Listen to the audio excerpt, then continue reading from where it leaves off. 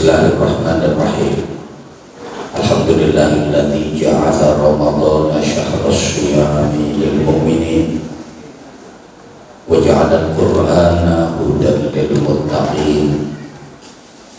Asyhadu an la ilaha illallah wahdahu la syarika lah, al-malikul haqqul mubin, wa asyhadu anna Muhammadan abduhu wa rasuluh as-sadiqul wa'dil amin. Allahumma shalli wa sallim wa barik ala sayyidina wa maulana Muhammadin afdalil khalqi ajma'in wa ala alihi wa ashabihi wa tabi'in wa man tabi'ahum bi ihsanin ila yaumiddin. Subhanaka la ilma lana illa ma 'allamtana innaka antal alimul hakim. Rabbi shrah li sadri wa yassir li amri wahlul 'uqdatam min lisani yafqahu qawli waj'al li waziran min ahli. Rabbana iftah bainana wa baina qaumina bil haqqi wa anta khairul fatihin. Allahumma innaka 'afuwun tuhibbul 'afwa fa'fu 'anna ya karim. Amma ba'd. Sadatul masyayikh, ulama al-a'izza, para alim, bapak-bapak kiai, ibu-ibu nyai, para sesepuh yang kita taklimkan, Sayyidil Akh Al-Ustaz Haji Miqdad Zulfikar Al-Syaikan yang Masya Allah tabarakallah dunia wa ukhra.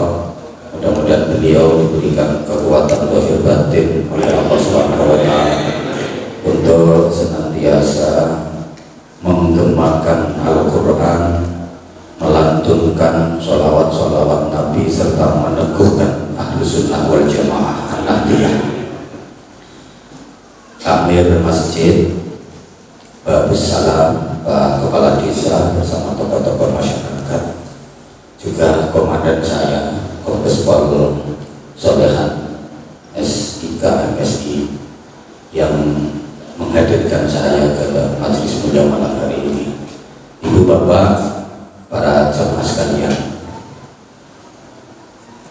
memasuki babak akhir dari bulan Ramadan, meskipun dalam suasana pandemi kita sama-sama menyaksikan sebuah fenomena, yaitu pergeseran pusat kegiatan umat dari masjid geser ke pasar, dari masjid geser ke mall, dari masjid geser ke toko. Bahkan meskipun ada pelarangan mudik, terminal, stasiun, bandara juga padat. Yang tadinya pusat kegiatannya di masjid, di babak akhir Ramadan ini banyak bergeser ke mall, ke toko, ke pasar dan sebagainya. Artinya banyak orang yang Ramadannya sudah dikacaukan oleh euforia Lebaran. Mudah-mudahan kita nggak termasuk. Allahumma sholli ala Muhammad. Karena kita harus mengakui bahwa sejauh ini Ramadan kita jalani ya gitu-gitu aja. Kita mulai kecil sampai usia kita sekarang ini dalam mengisi Ramadan ya cuma seperti itu. Pokok siangnya puasa, malam kalau mau ikut sholat tarawih, kalau sempat baca Quran. Udah nggak ada aktivitas yang lain. Kecilin sampai saya gerak Ramadan ya semua. Gitu kan? Kamu kemajuan yang biasa. Padahal sesungguhnya pada jemaah, Ramadan adalah madrasah, tempat di mana kita mendapatkan banyak sekali pelajaran yang sangat mahal dan sangat berharga.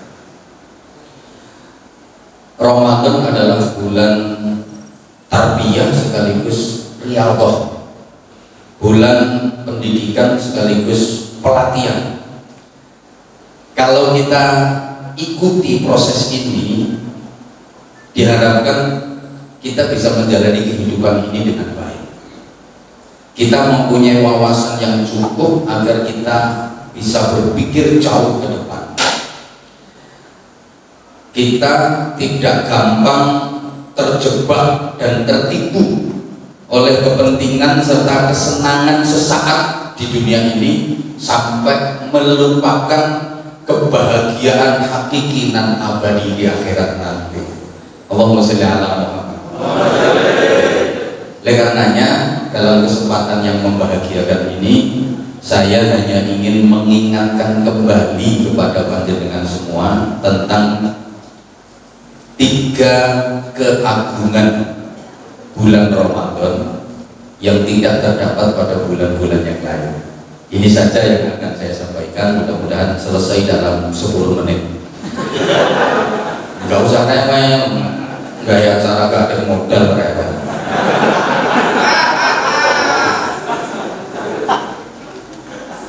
Setidaknya Ramadan itu memiliki 3 nilai keagungan yang tidak terdapat pada bulan-bulan yang lain. Pertama, Ramadan adalah bulan yang dipilih oleh Allah sebagai bulan diturunkannya Al-Quran pertama kali. Yang kedua, Ramadan dipilih oleh Allah untuk memberikan kewajiban khusus kepada orang-orang mukmin, yang kewajiban itu tidak dibebankan di bulan-bulan yang lain, ialah kewajiban siam, ibadah, puasa. Yang ketiga, dalam bulan Ramadan ada satu malam yang luar biasa yang nilainya khairun min alfi syahrin, lebih baik daripada 1000 bulan. Itu malam disebut dengan Lailatul Qadar. Ya, secara singkat-singkat saja, karena di musim pandemi ini memang nggak boleh kita bikin acara sampai lama kayak biasanya. Nah kan saya cuman ngobati kangen aja. Udah ngeliat rainya ya udah cukup. Yang penting obatnya kangen itu lah ketemu saya. Pokok ketemu ya.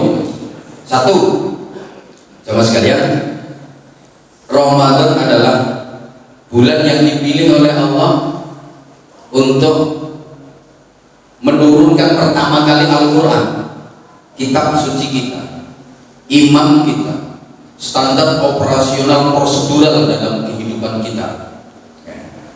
Rada gaya saya kira, pedoman utama dalam kehidupan kita. Yang Al-Quran itu satu, bicara tentang akidah. Al-Quran itu mereformasi akidah, merevolusi akidah, membebaskan manusia dari ketergantungan kepada benda, membebaskan manusia dari ketergantungan kepada makhluk. Al-Quran itu menyelamatkan manusia dari ketergantungan kepada selain Allah, menyelamatkan manusia dari syirik, baik syirik jali maupun syirik khafi, baik syirik yang terang-terangan maupun syirik yang tersembunyi, syirik samar. Kita tahu syirik itu ada yang jali, terang-terangan, kayak menuhankan selain Allah, itu syirik jali, syirik terang-terangan. Menganggap Tuhan lebih dari satu, menganggap Tuhan punya anak, Tuhan punya teman, punya sekutu, itu syirik jali. Insya Allah untuk urusan syirik jali ini kita selamat, kita aman karena kita sudah terdidik akidah mulai kecil. Yang riskan itu syirik khafi, yang rawan kita itu gampang terjerumus dan terjebak dalam syirik samar tanpa kita sadar. Contoh syirik yang samar itu contohnya kayak menjadikan selain Allah sebagai tujuan utama dalam hidup. Hati-hati, itu bisa masuk wilayah syirik khafi. menganggap ada kekuatan lain selain kekuatan Allah, itu juga bisa masuk wilayah syirik khafi kalau kita nggak hati-hati. Menganggap akik punya kekuatan.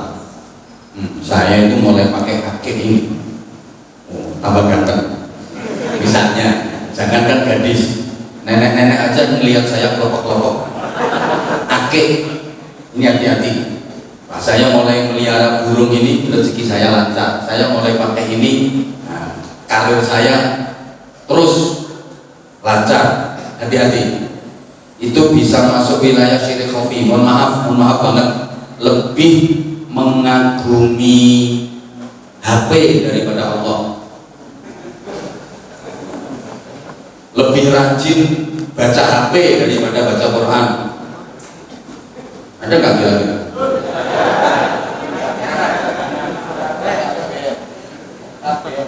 Lebih mengidolakan ikatan cinta daripada Allah Subhanahu wa taala.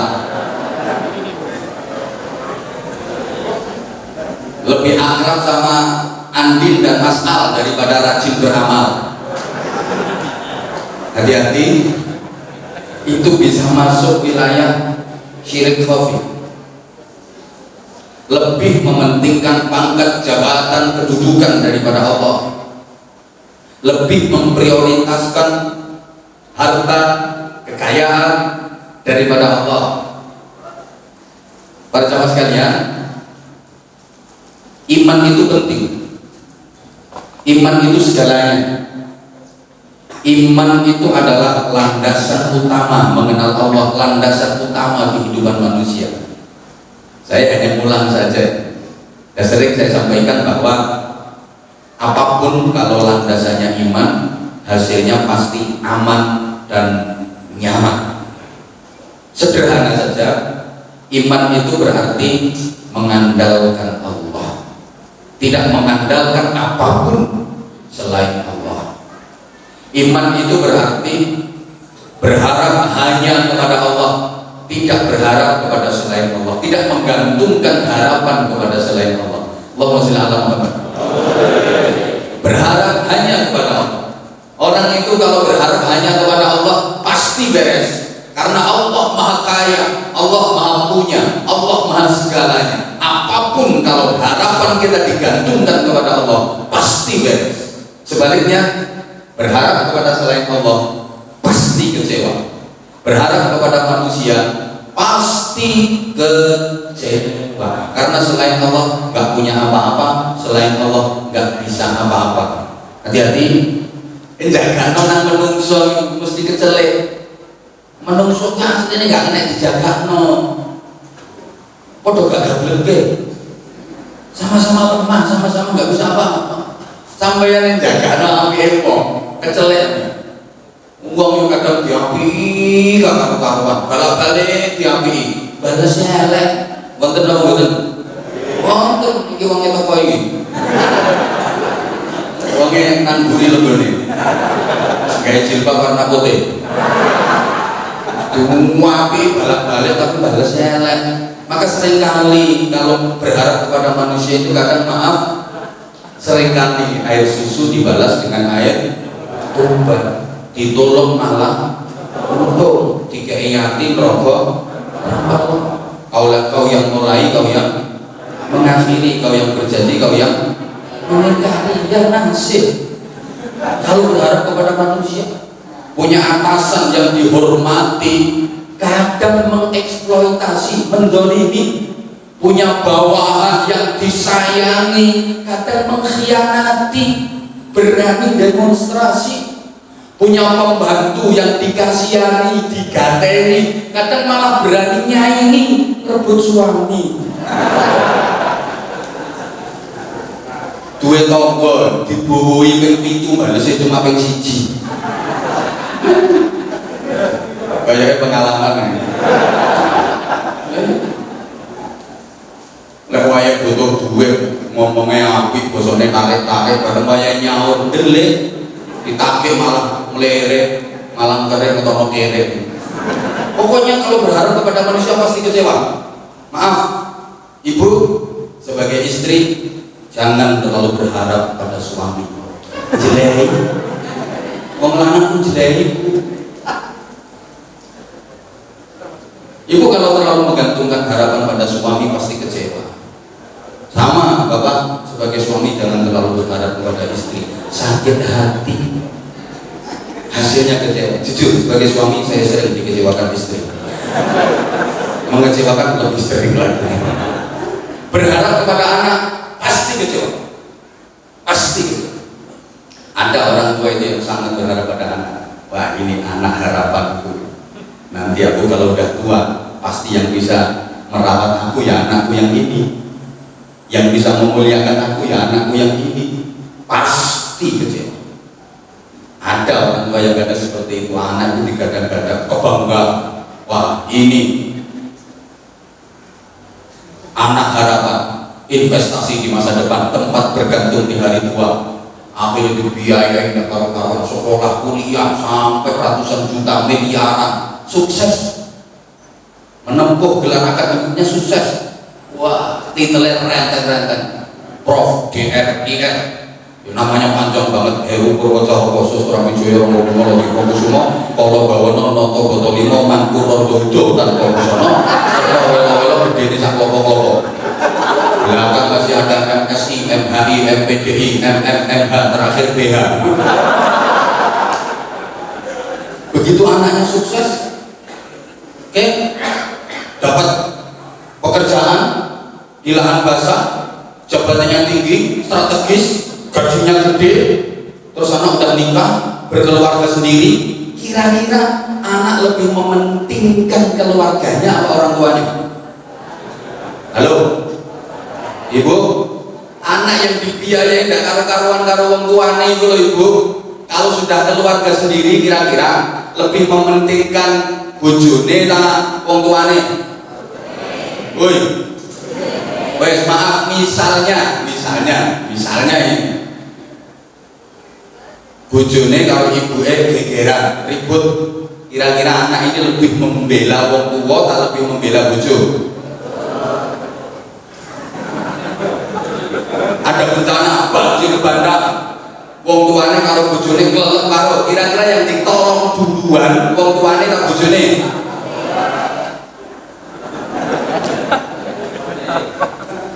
Oh. Jadi pokoknya kalau berharap kepada manusia hasilnya kecewa.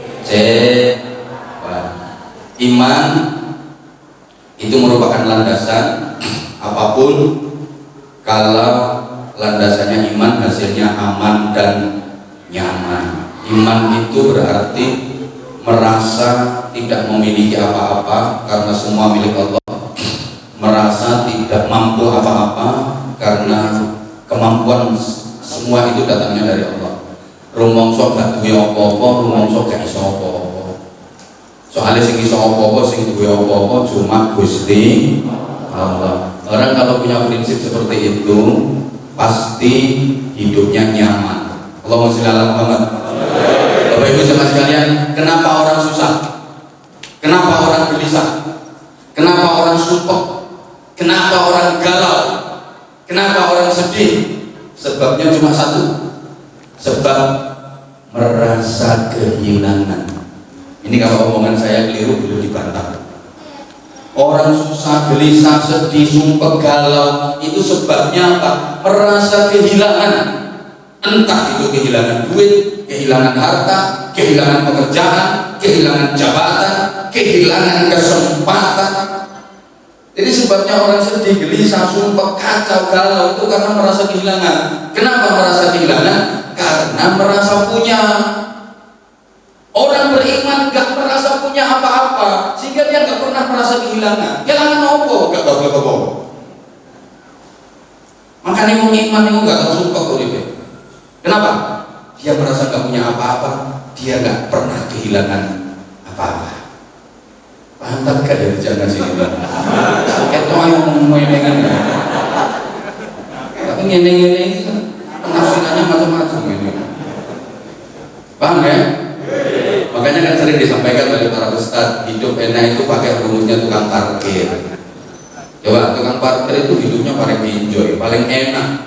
Meskipun dikirimin mobil macam-macam mereknya bagus-bagus mahal-mahal, tukang parkir nggak pernah merasa sombong, nyantai banget, cuma ditoto. Nanti mobil diambil sampai habis, nggak sedih. Aku yang ngerti ini tukang parkir gak melu duwe, tapi kok sih taruh ngomong kan. Itu sih ya, nanti terang sampean. Meskipun dikirimi mobil banyak mereknya bagus-bagus, harganya mahal-mahal, dia nggak merasa sombong. Mobil diambil sampai habis, nggak merasa sedih. Kenapa? Karena tukang parkir nggak merasa memiliki, dia hanya merasa dititipi. Masa cuma dititipi kok sombong? Kan juga pantas kok. Nah, coba kalau kita keluarga itu titipan, jangan disombongkan. Jabatan, pangkat, kedudukan titipan, jangan disombongkan. Kadang ada orang dikasih jabatan dikit sombong, ada apa enggak? Ada, saya tahu namanya. Namanya Raja Fir'aun. Ya makanya ngomong lihat duit pangkat punya jabatan sombong, itu berarti anak buahnya Raja. Harta sebanyak apapun titipan, gak pantas disombong. Ada gak kira-kira orang yang dititipi harta atau sombong? Roto. Iya. Kadang disapa sama tetangga aja pura-pura nggak kenal. Nggak putih mbak, siapa ya? Maaf nggak bisa jawab, nggak level. Melaku juga ngancik lemah. Rencana yang turunan sundul bolong. Kami lucu gue lucu sombong. Bukti nih, mati yo kamu sundul bolong. Engko lek cara kene ana wong mati terus gawane kulkas. Dikatut malam hari ini yang paling apik pernah ndak sih? Allah ya kiri. Oke. Itu. Karena iman itu landasan utama sehingga bayinya orang Islam begitu lahir langsung diperdengarkan azan. Itu tujuannya apa? Penanaman iman. Wa sallallahu Muhammad. Jadi sebelum dia mendengar apapun, sebelum dia merekam apapun, yang pertama kali direkam adalah Allah. Ini filosofinya Bapak ini begitu lahir diadani. Ini orang tuanya kasih, nah tanamkan keimanan ke jiwa.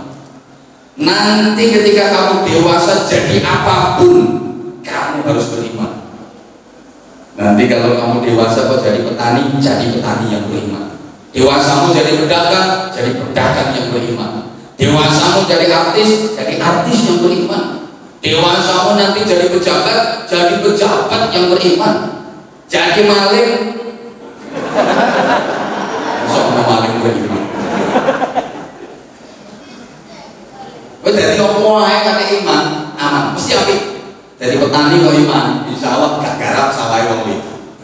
Jadi wong warga perumahan apa ki? Nah, Bayangkara kok beriman, insya Allah gak garap bojone wong iki.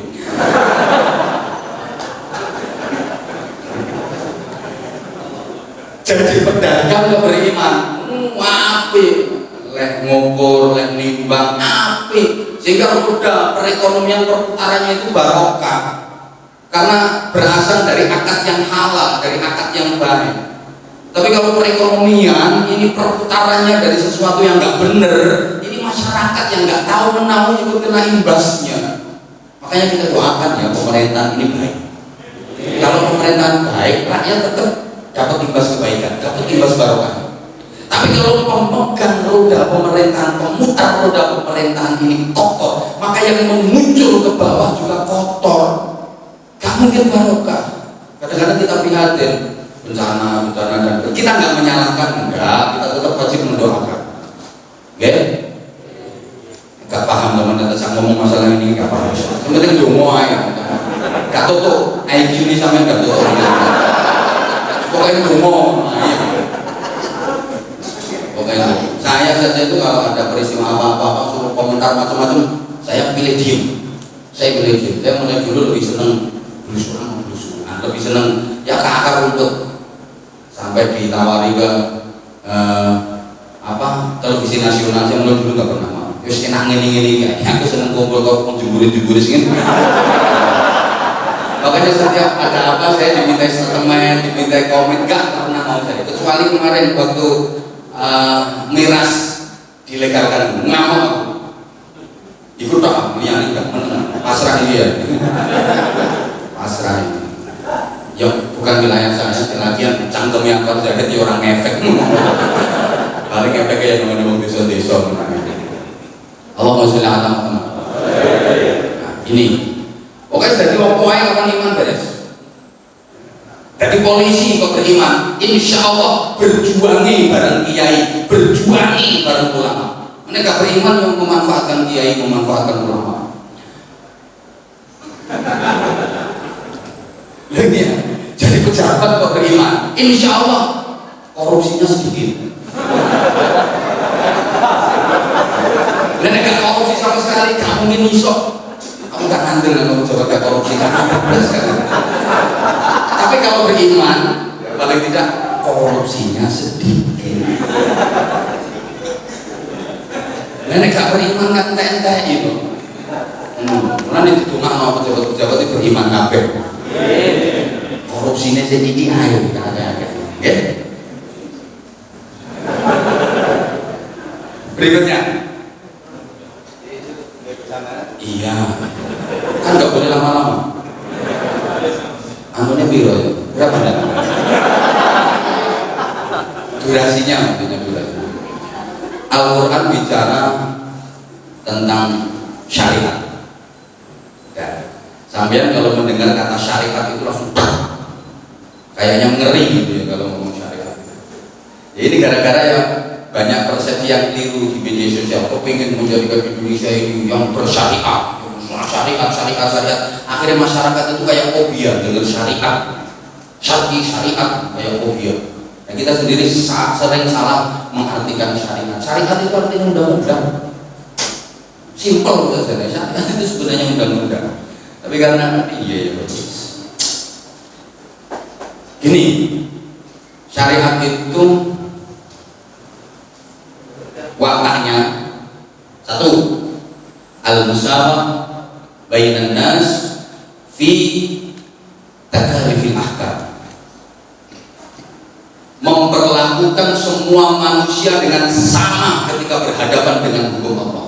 Manusia diperlakukan sama ketika berhadapan dengan hukum Allah. Itu syariat. Bodoh kabeh. Jadi kalau udah bicara tentang undang-undang agama, seluruh manusia diperlakukan sama. Sehingga ketika Rasulullah Muhammad SAW memerintahkan suatu amal, beliau menyatakan ana awwalu fa'ilin ala ma amartukum bih. Aku adalah pelaku pertama dari apapun yang aku perintahkan kepada kalian. Apa saja yang aku perintahkan kepada kalian, aku adalah pelaku pertamanya. Dan ketika Rasulullah memerintahkan manusia untuk beramal, itu juga berlaku untuk semuanya, termasuk untuk putri beliau tercinta Sayyidah Fatimah Az-Zahra. Jangan dikira terus ada pengecualian. Enggak.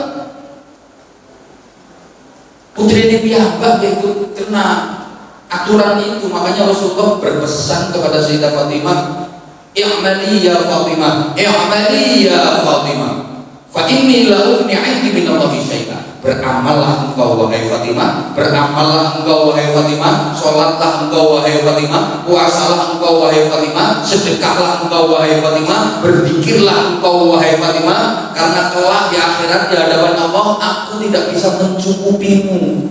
Amalmu yang menjadi andalanmu, jangan mengandalkan bapakmu. Paham ya maksudnya kan? Jadi gak mentang-mentang putrinya Nabi terus besok di akhirat dapat dispensasi, dapat keistimewaan. Enggak. Wah, tenang aja Fatimah, di dunia ini nyantai-nyantai aja. Nanti kalau di akhirat tenang, kan ada papi.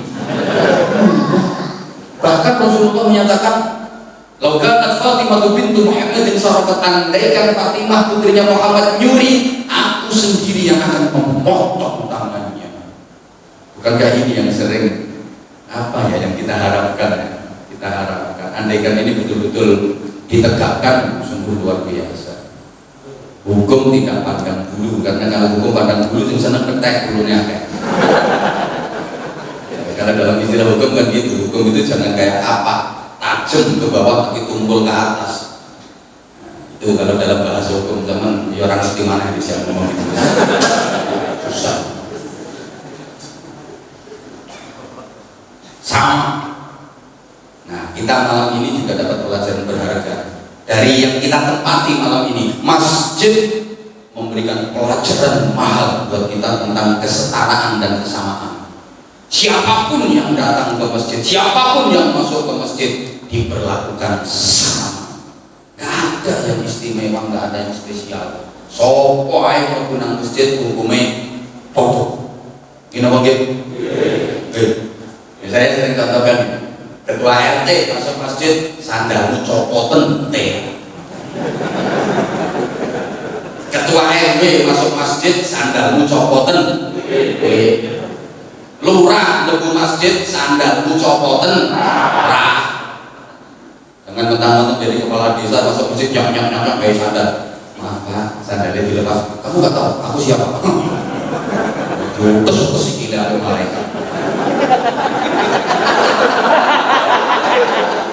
Lurah, komisaris besar polisi masuk masjid sandal copot.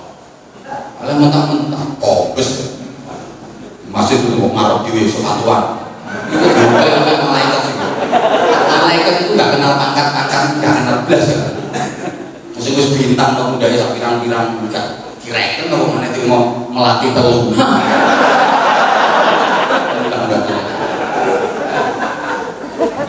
Di alam kubur nanti mungkar nakir juga nggak peduli jabatan, nggak peduli. Jangan dikira kalau yang mati lurah terus malaikatnya sungkan. Terus mungkar nakir mau nanya, nun saya buat lurah, keparan pada nang letih penjenengan. Enggak, saya lurah lu jadi gitu. Umar, yang nggak usah pakai.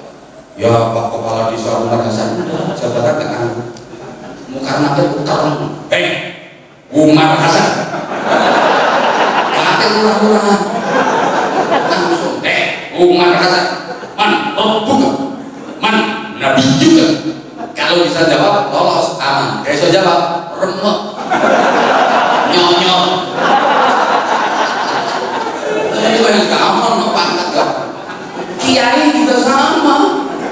Jangan dikira kalau yang mati kiai terus malaikatnya sungkan mau nanya ya sohibul fadilah ya sohibul fadilah wassahadah wal karamah al karam gak payu sama langsung antar saya ya wis langsung swarga.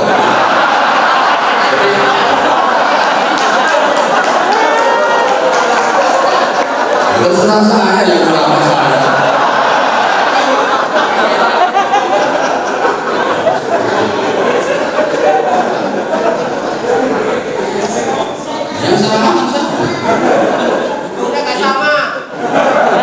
Ini masjid ini simbol kesetaraan, simbol kesamaan semua di hadapan Allah. Serang yang membedakan hanya iman dan takwanya.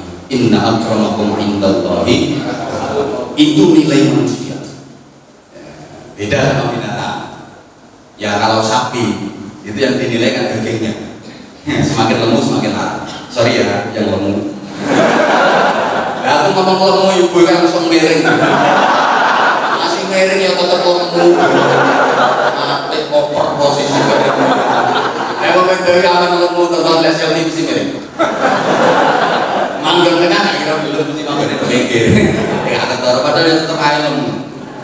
Sapi itu yang dinilai dagingnya, semakin berdaging semakin lemu semakin larang.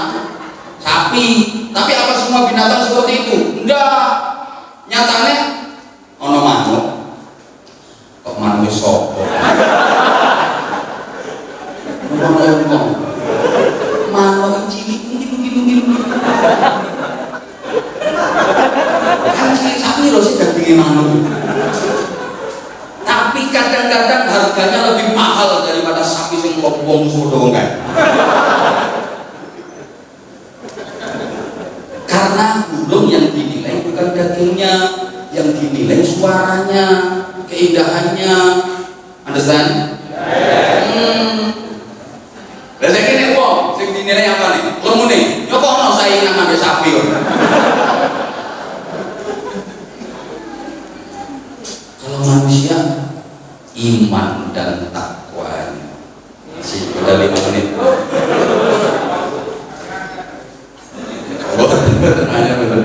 asal kamu melanggar.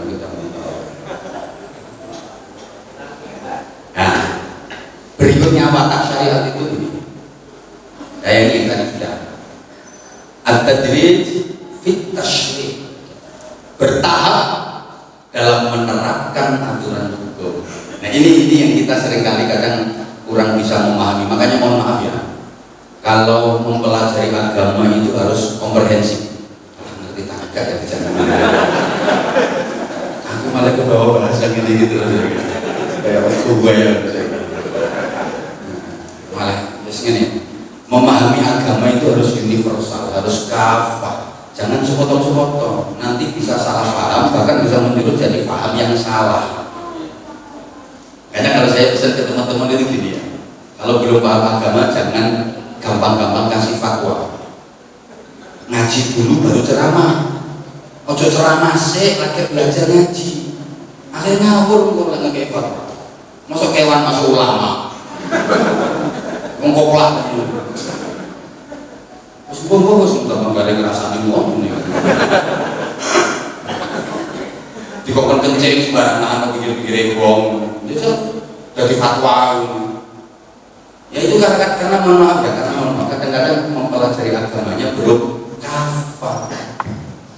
Neng gak ngomong mesti keliru, memahami agama kalau sepotong-sepotong mesti salah paham. Kira-kira. Tak kasih contoh. Gambaran yang mudah dipahami. Ada 3 orang buta, tiga-tiganya buta, nggak bisa melihat. Disuruh pergi ke kebun binatang untuk meneliti gajah. Nyampe ketiganya ke kebun binatang, ketemu sama gajah. Nah, selesai ditanya, orang buta pertama ditanya, menurut kamu apakah gajah itu? Dia jawab, wah saya tahu. Kata orang buta pertama, gajah itu binatang yang tipis, lebar kayak kipas. Soalnya sing dicekel kupingnya. Karena dia cuma pegang kupingnya aja. Jadi dia mantep, gajah itu binatang yang tipis, lebar kayak kipas. Orang buta kedua ditanya, menurut kamu gajah itu apa? Oh itu salah itu, goblok itu. Gajah nggak seperti itu. Gajah itu cilik, bunder, jelantir, dawa, dudut. Ngomongan, butuh. Karena dia yang dipegang ekornya. Orang buta ketiga ngomong, wah itu salah, dua-duanya salah. Gajah itu binatang yang gede, kaku, dawa. Karena yang dipegang kakinya. Nah artinya janganlah kita baru ngerti, baru tahu tentang telinga gajah, tapi kita sok tahu masalah gajah. Padahal nantinya baru telinga.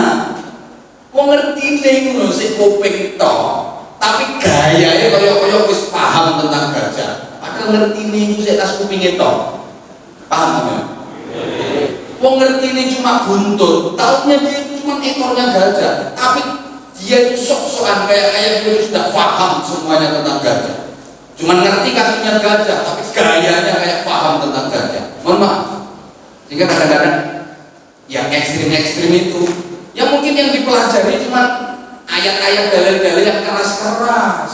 Maka dikit-dikit demo, dikit-dikit demo, anarkis pula. Karena dia tahunya semua yang keras-keras.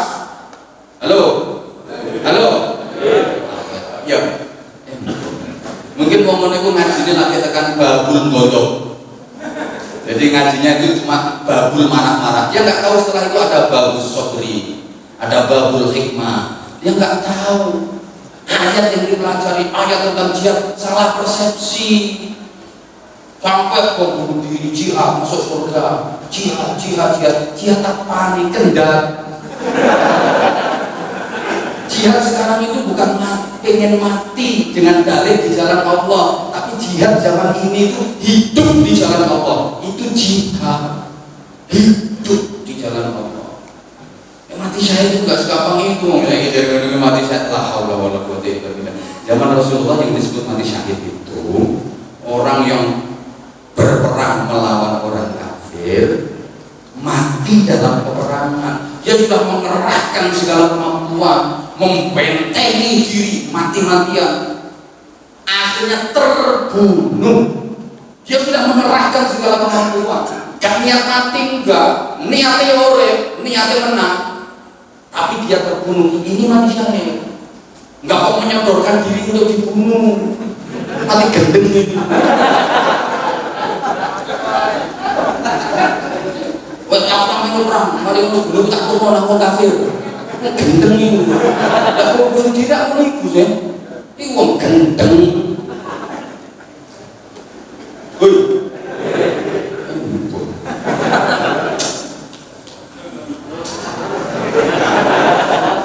Makanya mempelajari agama itu harus betul. Mempelajari agama itu terus, sehingga Rasulullah mewajibkan ngaji itu sampai mati. Tapi dari ustadz tingkat RT saya belum ngaji, mah itu mulang.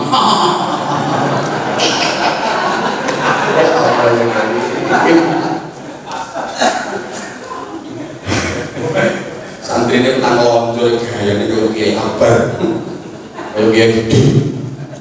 Ya Allah, ya tadi. Dah. Sekarang yang kedua, yang kedua, Ramadan dipilih oleh Allah. Ini keagungan Ramadan. Yang kedua, Ramadan dipilih oleh Allah untuk mewajibkan kepada orang-orang tapi ibadah khusus yang tidak diwajibkan di bulan lain, namanya ibadah syam atau ibadah puasa. Bapak Ibu, saudara jemaah sekalian, puasa memberikan banyak pelajaran kepada kita. Beberapa saja ya. Satu, kita dididik tentang kesabaran. Puasa mendidik kita tentang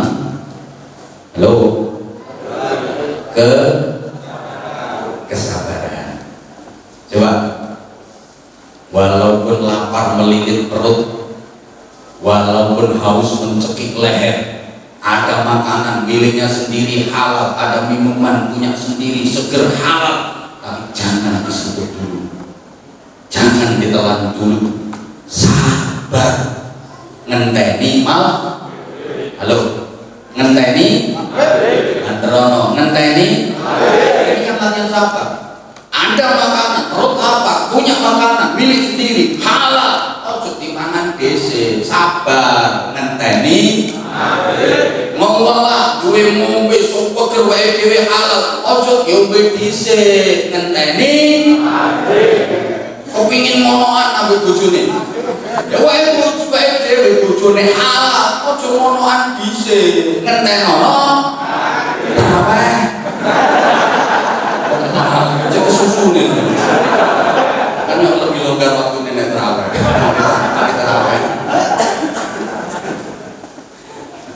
Sabar ini kunci kesuksesan. Apalagi kita hidup di zaman yang kayak gini. Kalau bahasa sekarang, kita hidup di zaman yang penuh dengan persaingan, memang harus dihadapi dengan kesabaran. Hidup di era seperti ini kalau nggak sabar, tamat. Besok, jadi opo yang nggak sabar, tamat. Karena harus mampu bersaing. Kalau persaingan itu harus dibekali dengan kesabaran. Kalau masih alam Muhammad, kita kan nggak ada bisa penuh dengan persaingan. Kalau nggak mampu bersaing, tutup buku. Jadi opo jadi petani nggak mampu bersaing, tutup kukut. Apalagi kemarin itu, masya Allah, aku bengok-bengok gara-gara ngasih ke petani. Ya Allah ya Karim, sampai nggak merasa mau saya anak petani. Saya hidup di keluarga petani. Kemarin mau impor beras, gerget jempol.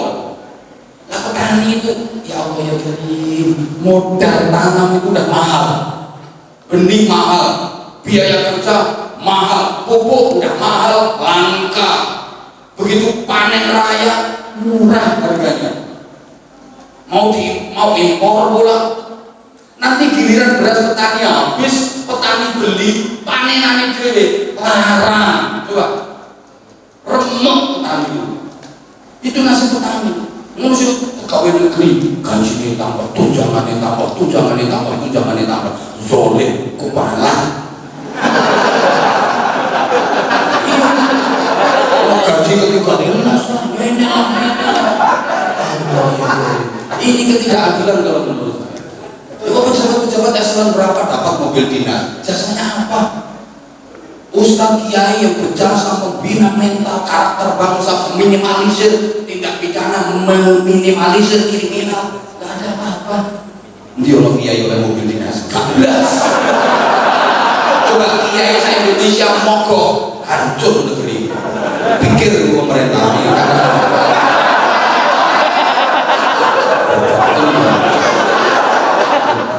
kiai Indonesia mogok yakin hancur negeri. Saya berani sumpah hancur negeri. Pengen apa ini? Gak hati udah. Ini yang pandemi sih yang oleh tunjangan, oleh bantuan, kiai balas. Black ya, masih ada dihitung. Biasanya ceramah udah sebulan sekian. Malah dikongkong lereng. Ini curhat. Ya makanya dinyatakan sabar. Sekarang jadi apapun kalau nggak sabar, jadi pedagang kok nggak sabar, nggak mampu bersaing, belum nikah. Makanya jadi kiai juga kalau nggak mampu bersaing ya. Coba mau nggak lagi, cacutan kata-kata. Ya artinya harus mampu bersaing, paling tidak harus mampu bersaing sama artis. Ya kalau artis punya penggemar, kiai juga harus punya penggemar. Kalau artis punya fans, kiai juga harus punya fans. Dan fansnya kiai harus lebih banyak daripada fansnya artis. Kalau artis punya acara dangdutan, ya kiai punya acara pengajian. Pengajian jangan sampai kalah sama dangdutan. Kalau pengajian kalah sama dangdutan, berarti kiainya nggak mau bersaing. Betul, Masya Allah. Nah, banyak orang yang kehilangan kesabaran. Apalagi zaman kayak gini, Masya Allah, pengen cepet kaya nggak sabar, pengen cepet kaya nggak sabar. Akhirnya kan berbagai macam cara ditempuh karena pengen cepet kaya, tapi nggak sabar, nyolong, korupsi, renten, anak duit itu loh. Utangnya 1 juta, bayar 10 juta, utang hidup nyawa ya cakap listrik ini kita siapa tuh? Omanya 9 nih. Kok sekurit juga ngomong dulu. Pokoknya nih, mau kuelet gak sabar mesti kacau. Kenapa jalanan macet? Ya karena pengguna jalannya gak sabar. Macet tapi betul. Yang bikin tambah parah kemacetan itu kan karena pengguna jalan gak sabar. Mobil yang gede, mentang-mentang. Yang gede gak kalian rumah sani. Jadi kendaraan yang gede itu mentang-mentang gede, aku yang cilik sekali kata yang cilik nyelopet akhirnya makin parah kemacetan itu. Apalagi polisinya ngatur lalu lintas juga gak sabar ya, malah nemen macetnya. Sudah kena diatur kejian tinggal ngopi. Apa mana ada kamar duit ya? Jadi kalau lalu lintas itu males tapi yang ngurusi kecelakaan semangat.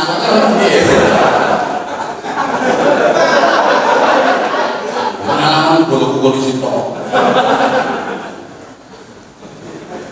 Tapi sekarang jangan macam-macam sekarang harus disiplin pol, guys. Masih 5 menit, oke.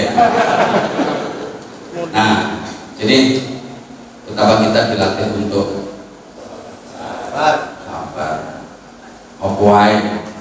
Ayo hadapi dengan sabar. 1.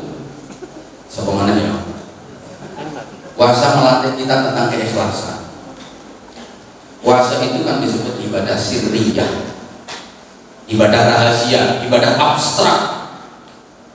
Artinya yang tahu cuma pelaku sama Allah Subhanahu wa Ta'ala. Selain puasa, ibadah apapun itu bisa dilihat orang dan bisa ketahuan. Jadi amal ketok. Sholat bisa dilihat orang apa enggak? Oh, bisu ini tahunya.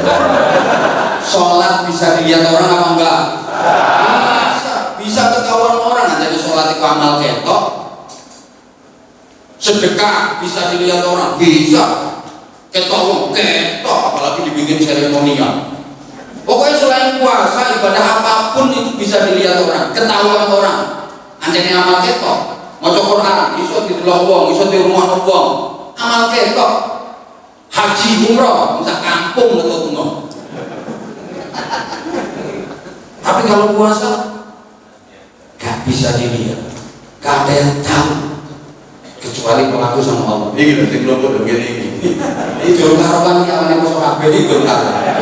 Ono sing wajah-wajah gak meyakinkan banget. Jauh karuan ini kosong kabeh. Gak toro. Makanya, ya Allah, pura-pura sholat pasti ketahuan. Sholat kok pura-pura mesti ketahuan. Mesti kena. Ya apa caranya sholat pura-pura? Pura-pura sholat. Ya apa caranya? Lihat takbir ngangkat tangan mau coba-coba tengil. Terus lihat rukuk kayangnya. Terus yang diwaca apa? Mesti ketahuan. Pura-pura sholat pasti ketahuan. Gak bisa orang mau pura-pura sholat itu gak bisa. Pasti ketahuan. Pura-pura sedekah pasti ketahuan. Caranya gimana? Yang dikeluarkan apa? Yang terima siapa? Pura-pura haji, perginya kemana? Oh, haji itu kudu nang Mekah. Terus pura-pura haji, lu mau nanti nang doli.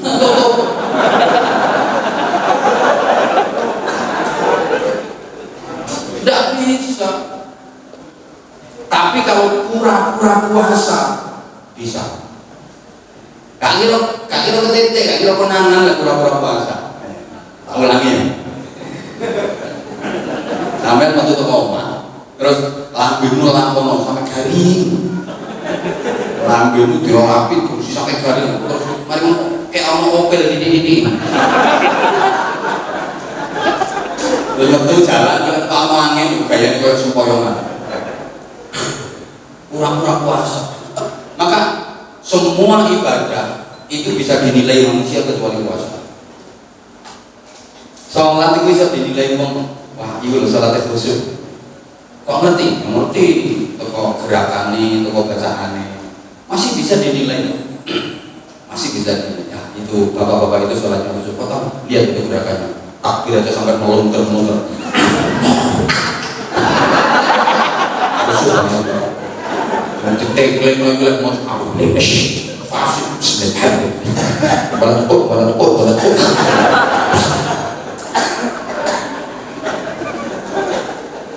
Sedekah bisa dinilai. Wah, beliau itu ahli sedekah. Kok tahu? Ya dari nominal yang dikeluarkan, dari kegiatan sosial yang sering dia laksanakan. Bisa dinilai. Baca Quran bisa dinilai itu. Bacanya tartil, fasih. Makhorijul hurufnya, tajwidnya bener. Haji itu loh bisa dinilai. Wah itu hajinya mabrur, itu hajinya nggak mabrur. Bisa dinilai dari mana? Perubahan perilaku. Mabrur, iya. Sepulang dari haji perilakunya naik signifikan lebih baik. Pian nggak boleh haji mau pedih, mari haji tambah nemen. Nemen lomani, malah loma. Biar biji kena amat dari haji harus roneng gue lah kan. Harus ngomong foto ganti 1.000. Kayak gini mau 1.000 lah kan. Dibagi 10. Iya kan gedungnya haji untuk selamatan berkati cuwi gepeng. Apa selamatan berkati cuwi gepeng. Lamponi jauh. Dok koyo siji disingkir dari papat.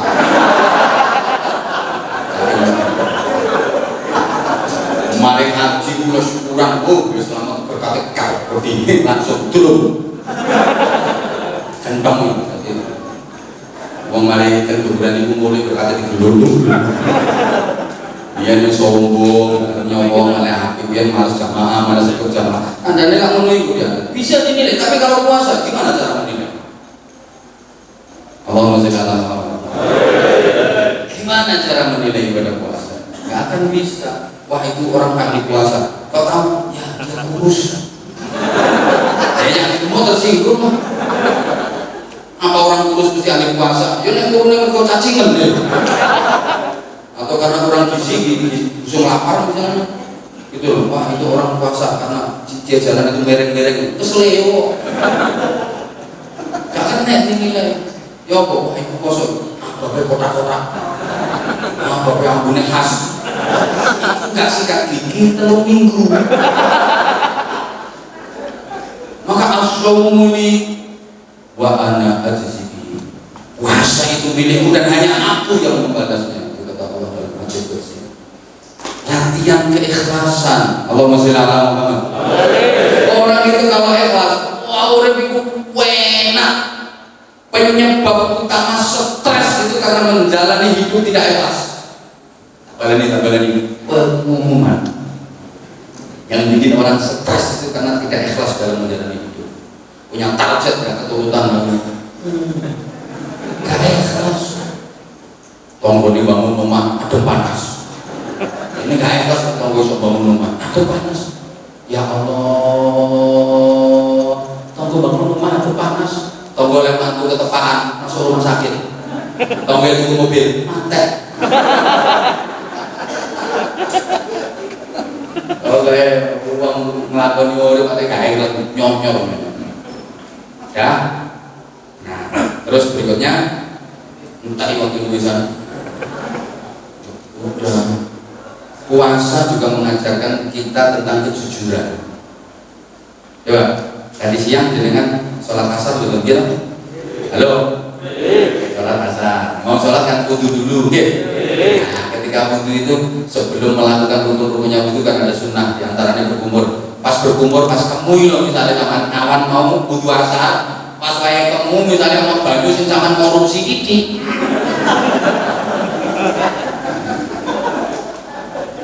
Kok mari lakoni ngono. Misalnya ada air kumur itu yang sampai korupsi ditelan dikit, nggak ada yang tahu. Jangankan polisi, teman yang di sebelah sampean itu nggak tahu kalau sampean ngelem banyu. Kamu sih ngerti, aman terkendali. Tapi kenapa tidak dilakukan? Karena malu sama Allah. Karena jujur pada diri sendiri. Aku ini lagi puasa. Gak ada orang yang lihat, tapi Allah melihat. Coba kalau ini kita aplikasikan dalam seluruh aspek kehidupan kita. Kalau mau nakal, kalau mau jahat, malu sama Allah. Allah melihat. Dengan ibadah itu diantaranya juga melatih kedisiplinan. Kita disuruh 5 kali sehari semalam absen menghadap Allah, laporan ke Allah. Sehari semalam 5 kali laporan ke Allah. Coba misalnya ada anak buah, sehari semalam laporan 5 kali ke komandan. Gak mungkin nyeleweng, gak mungkin nyimpang. Sehari semalam laporannya 5 kali kok.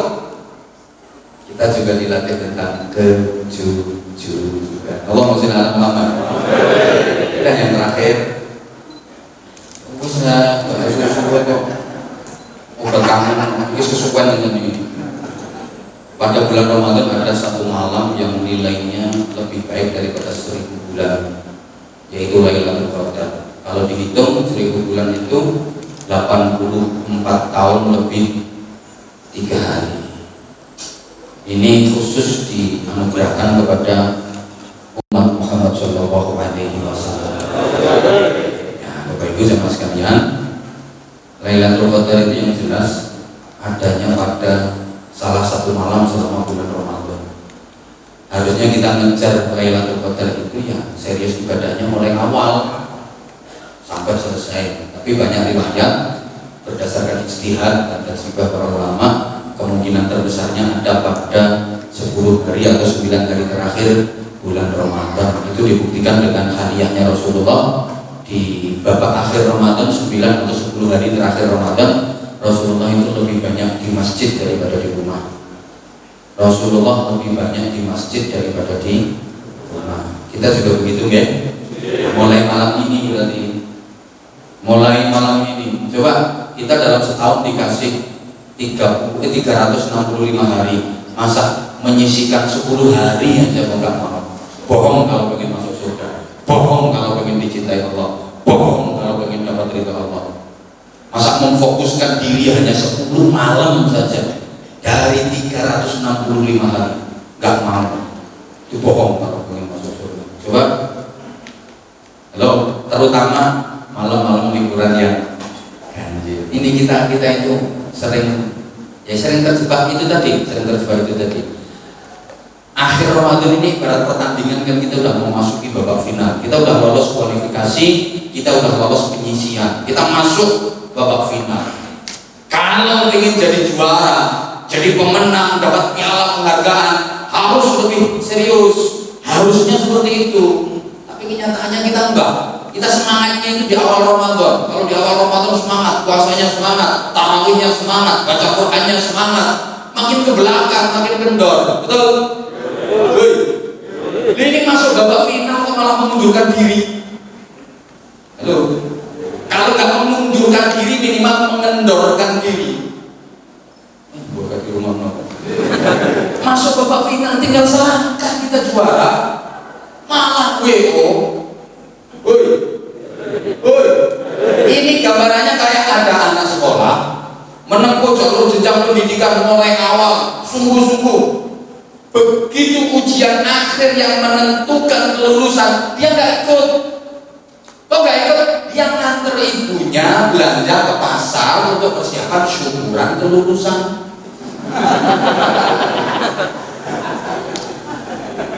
Ya ini gambarannya sampean. Final Ramadan nggak ikut ribut ke pasar kayak persiapan lebaran. Kemana Allah Bapak? Kita kan seperti itu loh. Maka kalau lebaran itu siapapun boleh ikut, karena lebaran cuma tradisi. Siapapun boleh ikut. Tapi untuk beridul fitri tidak semua orang berhak. Kalau lebaran siapapun silakan, itu hanya tradisi. Berlebaran silakan. Masih poso, kau balas ikut lebaran silakan. Taarmu atau poso melu yoyo. Kalau kamu kayak sapu tapi gak katokan. Oleh kalau lebaran, tapi untuk beridul fitri tidak semua orang berhak mendapatkan. Siapa yang layak mendapatkan idul fitri? Hanya orang-orang yang syawal. Setelah yang benar dalam menjalani proses madrasah Ramadan, maka syawal ada peningkatan. Paling tidak 3 keagungan Ramadan ini dia raih. Kemudian keluar dari Ramadan dia syawal. Ada peningkatan kualitas diri dan kualitas ibadahnya. Makanya sering saya gambarkan sebelum Ramadan itu bulan-bulan ular, memasuki Ramadan bulan kepompong, bahasa Inggrisnya dentung. Keluar Ramadan jadi buku-buku. Sayang banyak di antara kita yang setelah ngentung selama Ramadan keluar nggak jadi buku-buku, malah jadi codot.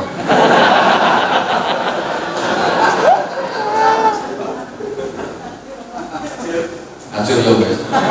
Maka mudah-mudahan di sisa Ramadan tahun ini kita diberi kekuatan zahir batin oleh Allah Subhanahu wa taala untuk mengisi Ramadan ini dengan baik dan sempurna. Mudah-mudahan kita termasuk orang-orang yang diberi anugerah Lailatul Qadar. Mudah-mudahan Ramadan tahun ini adalah Ramadan terbaik dalam kehidupan kita, dan tentunya kita berharap masih dipertemukan kembali dengan Ramadan berikutnya. Mohon maaf atas segala salah dan khilaf. Ngundang mana? Katok yang ngomong terus. Ngundang mana? Enggak, masalahnya enggak boleh lama-lama ini. Di samping Ramadan yang musimnya musim kayak gini. Jadi saya sebenarnya belum buka jadwal, belum jadwal. Misalnya nanti dipaksa sama bose, dipaksa sama bose, ya berangkat aja nih kamu nggak dikasih THR atau aneh, manut aja berangkat. Beliau luar biasa di Jakarta, dekat sama kiai-kiai, sama ulama-ulama. Doakan beliau mudah-mudahan diberi kesuksesan yang telah Allah Subhanahu wa taala. Al-Fatihah.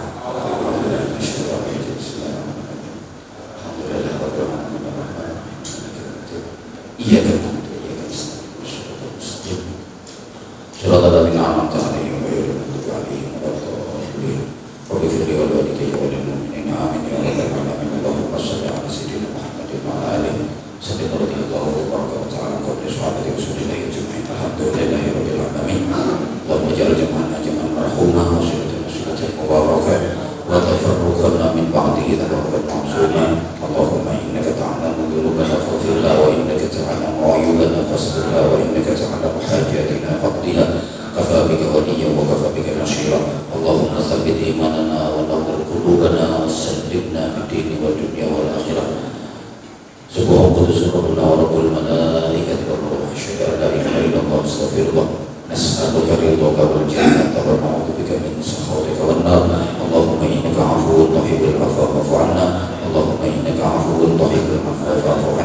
Allahumma afuwwun karim tuhibbul afwa fa'fu 'anna ya karim Allahumma lakal hamdu wa minkal khalqu wa ilayka al-mushtaka wa anta al-musta'an 'alaika al-balagh wa la hawla wa la quwwata illa billah Rabbana atina fid dunya hasanah wa fil akhirati hasanah wa qina adzaban nar wa qina adzaban nar wa qina adzaban nar wa adkhilna al-jannata ma'al abrar bi rahmatika wa fadlika ya azizul ghafur halim ya sattar ya rabbal alamin jazakallahu 'anna sayyidina Muhammadan sallallahu alaihi wasallam wa ahluhu subhana rabbika rabbil izzati 'amma yasifun wa salamun 'alal mursalin walhamdulillahi rabbil alamin. Keterbatasan, kekhilafan, kesalahan saya yang dhaif, mohon maaf yang sebesar-besarnya. Wafaqanallahu wa iyyakum bima yuhibbu wa yarda. Wassalamualaikum warahmatullahi wabarakatuh.